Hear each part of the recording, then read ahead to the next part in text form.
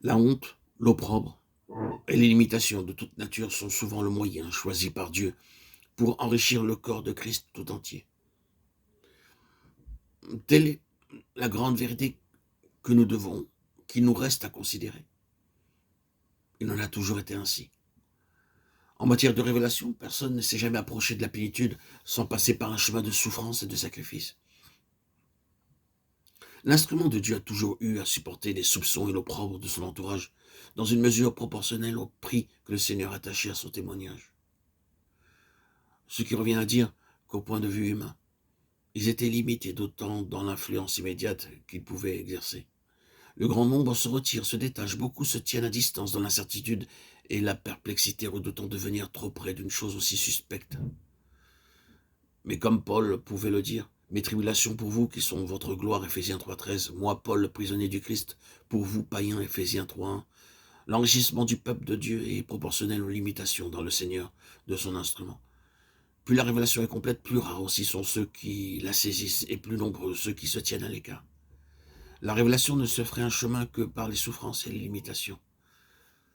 Pour en bénéficier expérimentalement, il faut accepter de prendre sa part d'une façon ou d'une autre, du prix à payer.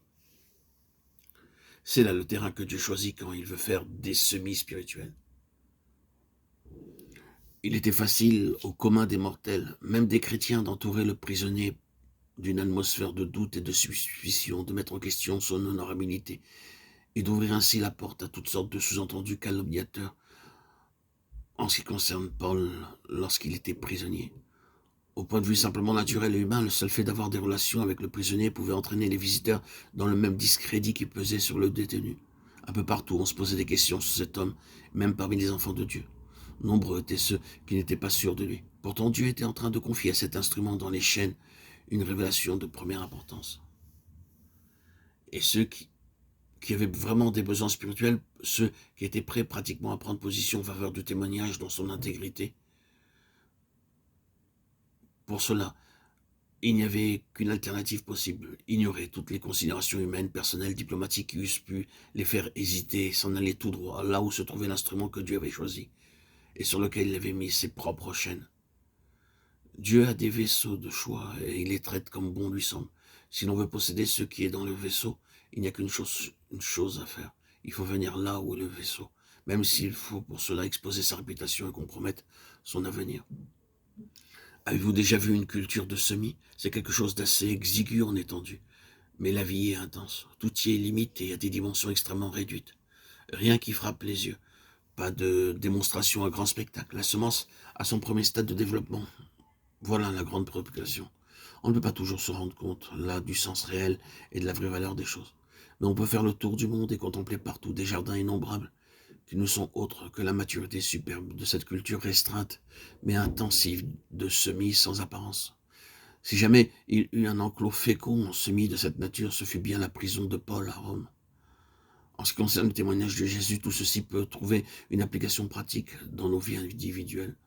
Nous serions souvent portés à nous regimber contre les restrictions et les limitations. Ce qu'il nous faut, prétendrons-nous volontiers avec une pointe d'impatience, c'est quelque chose de plus large, de moins étouffant. Mais si la volonté de Dieu est que nous soyons à la place où nous sommes, acceptons-le avec foi. Et peut-être constaterons-nous un jour que cette situation portait en germe quelque chose d'infiniment plus vaste que tout ce que notre pauvre jugement humain pouvait prévoir. Pendant 1900 ans, le ministère de Paul n'a cessé de devenir de plus en plus précieux à son Seigneur. Je me demande s'il n'a jamais soupçonné que son emprisonnement aurait cette conséquence-là et que les épîtres dont ces chaînes furent l'occasion répandraient ainsi leur richesse dans le monde entier.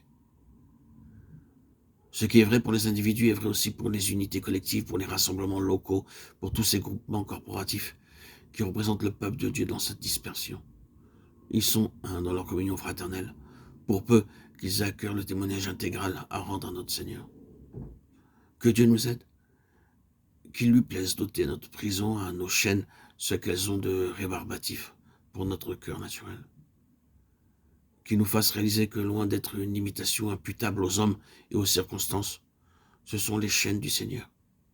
Et que par conséquent, bien que la porte reste fermée, parce que la porte reste fermée, des perspectives illimitées nous sont ouvertes.